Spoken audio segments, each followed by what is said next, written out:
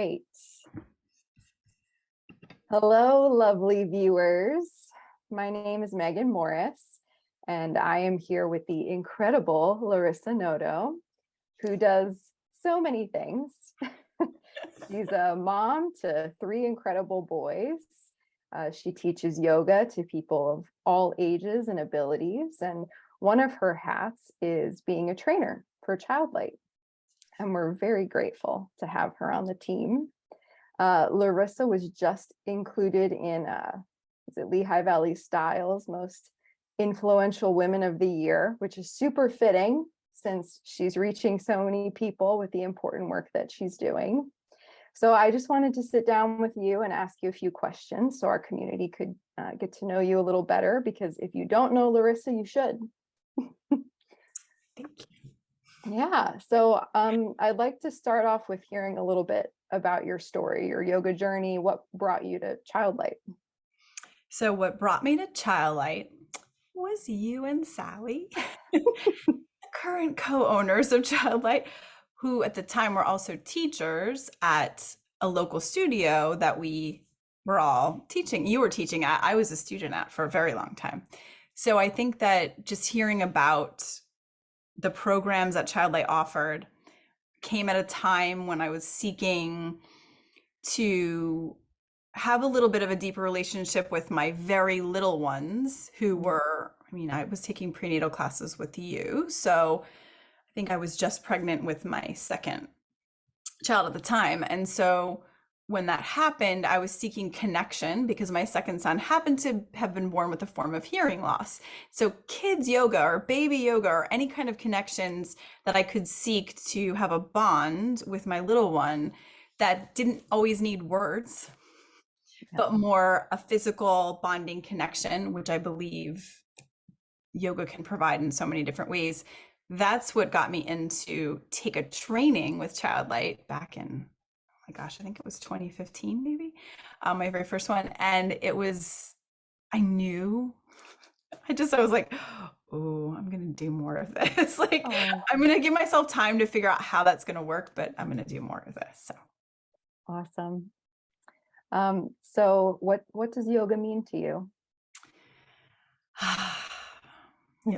Yoga means, I feel like to me, it meant deepening the relationship that I had with myself that maybe was dimming over time due to life, outside factors.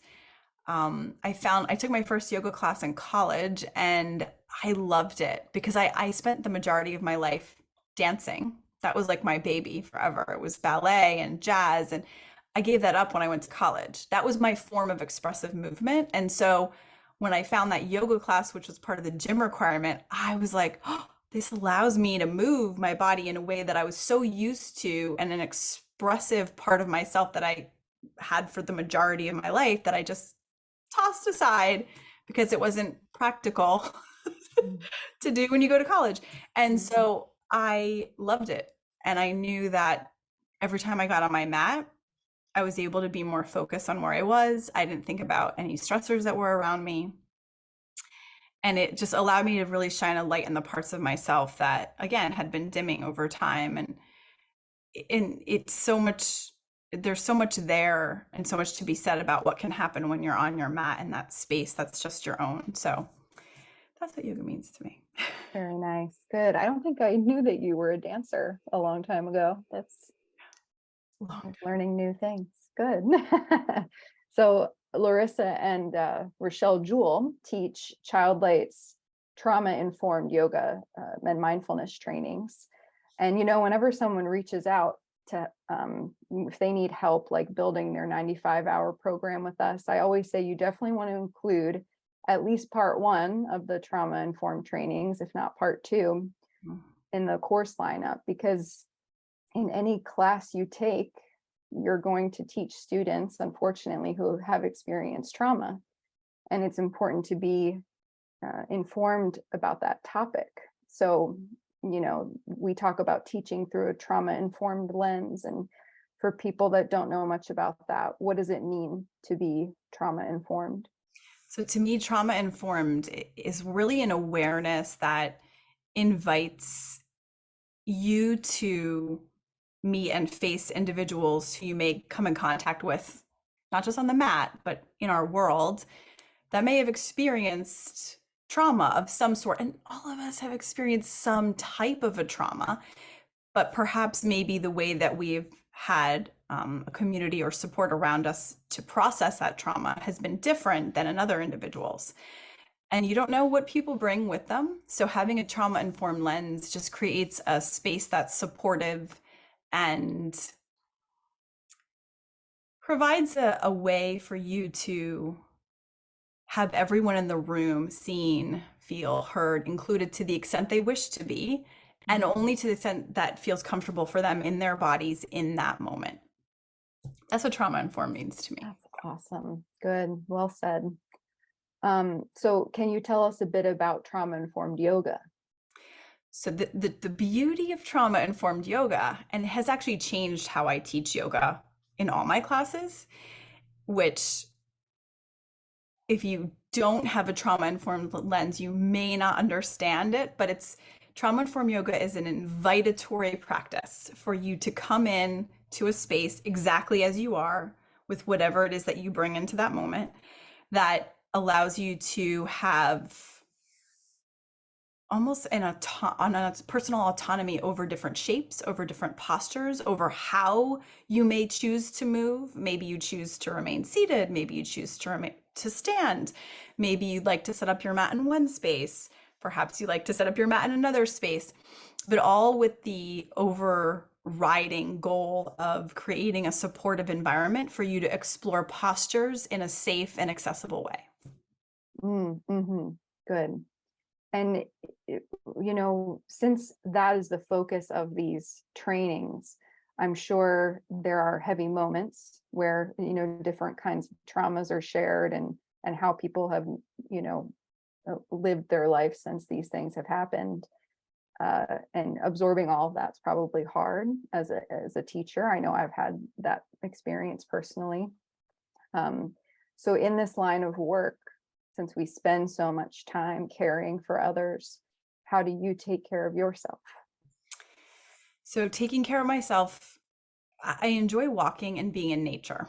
So even if it's for 5 minutes, there is some sort of movement that involves me being outside. If it's accessible, I mean, I'll bundle up. Like I still like to go out in winter. So I think it's important. A walk. I read a lot. And that reading can be both for pleasure, so more fiction, but it can also be for self-care or maybe authors that are really inspiring or motivating to me. That's a big part of my self-care. And like if you see behind me, I think there's like a book on my my table, but underneath here, so there's like 5 books.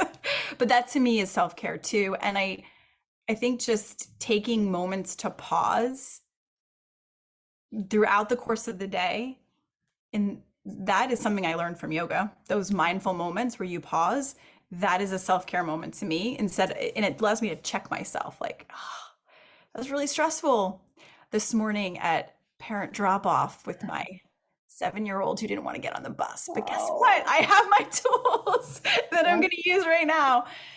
And I noticed I was getting frustrated and I could tell that he was getting upset, and my frustration and his upsetment wasn't where were we going to go if we didn't have a space. So I was like, you know what, bud, let's walk back home. Let's just chat for a moment. Maybe we'll see how we're feeling. And then, he's at school right now. Awesome. I could have reacted differently. I could have reacted instead of responded.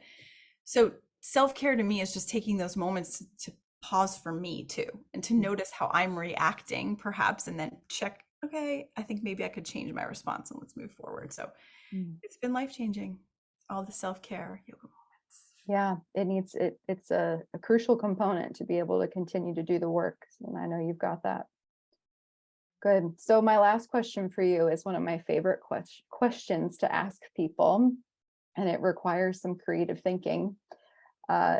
If you had $1 million and you could do anything with it, and you knew you could not fail, what would you do with it? And you can't use it on yourself. I think I'd do 2 things. One, I would create a time machine that could there's so anything. I'm like, that was unfallible. But I would also, I had spoken over time about, obviously, I love to work with youth. And I think that the sooner we work with children using the tools of yoga and mindfulness with children, the better they can do what I just explained, respond to situations that they encounter and have that toolbox to be able to pull things out. And so I would love to be able to work more with children in that environment, almost from a lens of not even a nonprofit, but maybe like an after school program where it allows students to come in and sort of just maybe do homework, maybe hang out, maybe you do yoga, maybe run around, like all the things that art, music, all of it part of it. That would be really cool. I think that would be awesome to be able to have that opportunity and then even, reach children in other ways. But that's something that has always been really dear to me and why I work with ChildLight, why I work with nonprofits that work with kids. So, yep, that's what I Yeah, would I do. love it. That's great. So, all right. Thank you for taking the time to sit down and talk with me, Larissa. It's always a pleasure. You're truly a light, and I know that our community has appreciated learning from you over the years. You really exemplify what it means to remain a lifelong student of yoga. And that dedication to the practice has really it seems like it's brought all the pieces of your life together in a sense over the years. And that's been really beautiful to watch. It's a pleasure, and I'm always honored to talk with you. So, thank Thank you so you. much. Thank you for your time and Yeah. for all your hard work. If you're watching this and you have questions for Larissa or anyone here at ChildLight, please reach out. Larissa's email is larissa@childlightyoga.com, and mine is Megan, MEGAN, @childlightyoga.com. And you can find us on Instagram, Facebook, LinkedIn, Twitter. We're ChildLight Education Company. And if you need information on the over 15 different yoga and mindfulness trainings that we offer, that can be found on our website, childlighteducationcompany.com. We offer these trainings in person, live virtually, and self-paced online. And Larissa has live trainings coming up very soon, so be sure to check that out if you're interested. Thanks for watching. Thank you. Mwah. Thank you.